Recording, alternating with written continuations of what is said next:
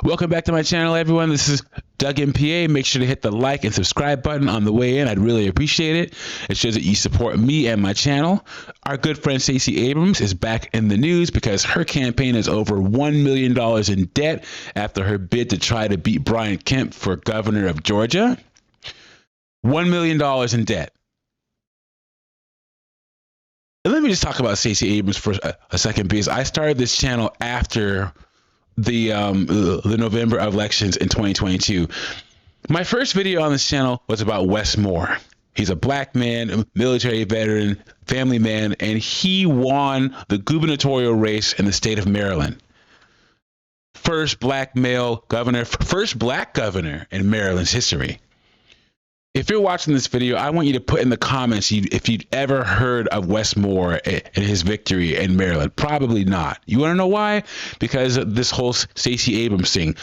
So much attention on Stacey Abrams in Georgia that it just outshined so many other significant victories. Now, Wes Moore, I don't claim to be part of any party on this channel. I'm not a Democrat. I'm not a Republican.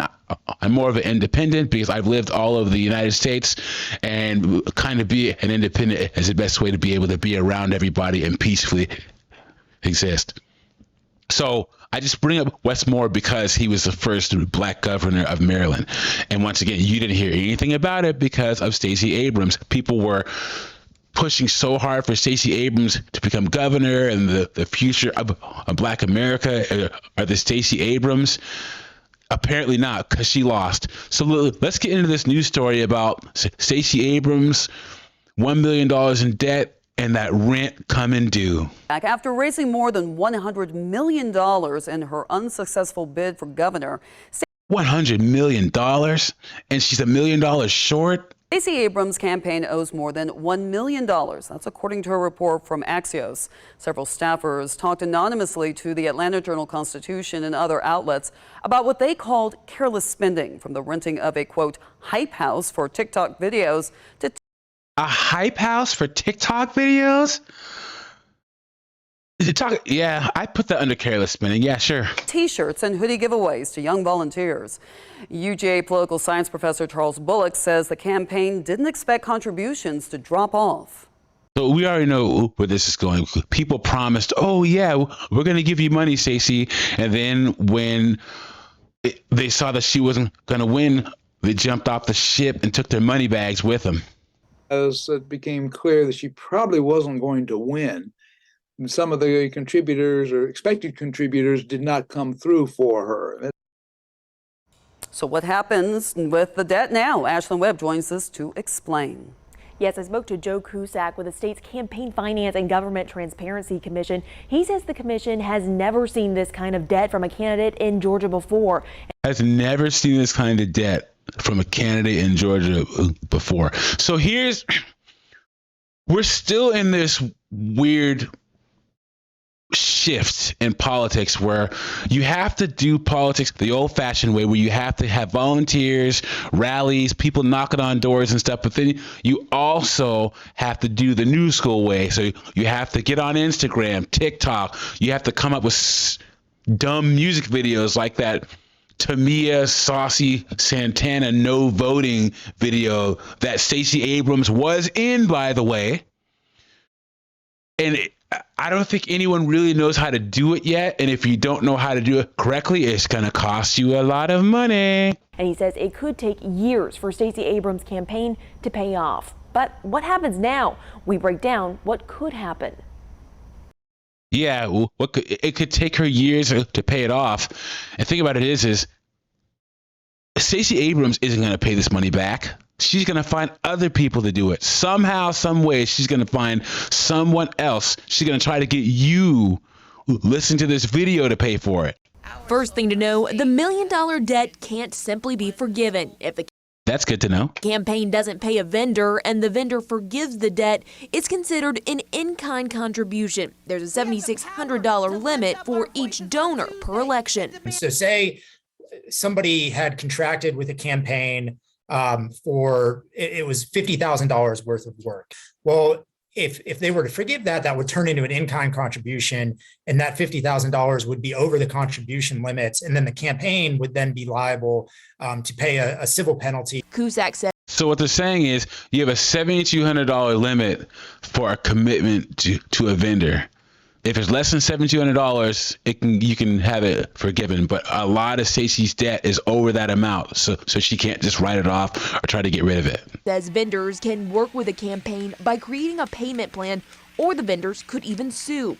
As for who's on the hook, it depends on who signed the contract with the vendor, Abrams herself or her campaign. It's incorporated, so it operates like a legal corporate entity. As for paying off the debt, Cusack says one option is for Abrams to ask donors to pay it off. In this, Told you. So she is going to find a way to get you, the person listening to this, watching this video, to pay off her debt.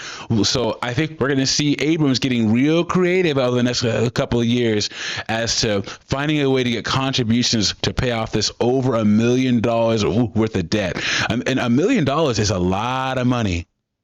this case, the amount of money is so large, you don't see people really contributing to political candidates who have lost their elections. Yep, there you go. Because remember, she lost. Abrams can also liquidate campaign assets like computers, vehicles, even selling their email list of potential donors. They could really get it down to the bare bones and sell off everything. And the question, She could sell a list of her donors to different companies so they can reach out to you if you donated money to her. I wouldn't put it past her at all. Once again, $1 million is a lot of money. many have, could the campaign face penalties for going into this much debt? The short answer, no. Really, That's sad. only public shame. That's basically it. Nothing is going to keep them from running for office. It's one of those things where they can carry this debt for really years on end until it's paid back or until it's discharged via the bankruptcy process. So these vendors are going to have to sit there waiting to get paid until Stacey Abrams' campaign can figure out a way to get the money for it. And it could be years. So imagine being a vendor that worked for Stacey Abrams' campaign, printing signs, setting up campaign events, maybe the bus company, all these different things. You're not going to get paid. You could not get paid for years. This is sad.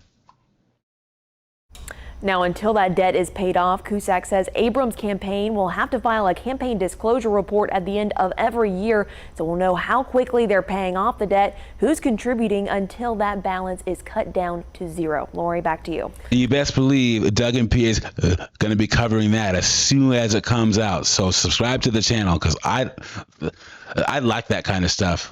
I think transparency is a key to politics, and we need more of it in this country. Thank you, Ashlyn. We should learn more about Abrams' campaign's finances next month when disclosures are due. Back after raising. Once again, Stacey Abrams, over $1 million, raised $100 million, is over $1 million in debt. And it's because it's her campaign, she doesn't have to pay it. It's sad. Stacey Abrams, how else could this have ended? It figures. Make sure to hit the like and subscribe button. Comment what you think about this whole thing. How creative do you think Stacey Abrams' campaign can get? What would you do if you were over $1 million in debt and your company or LLC had to pay it back? Hit the like, subscribe button, leave some comments, and I'll catch you on the next one.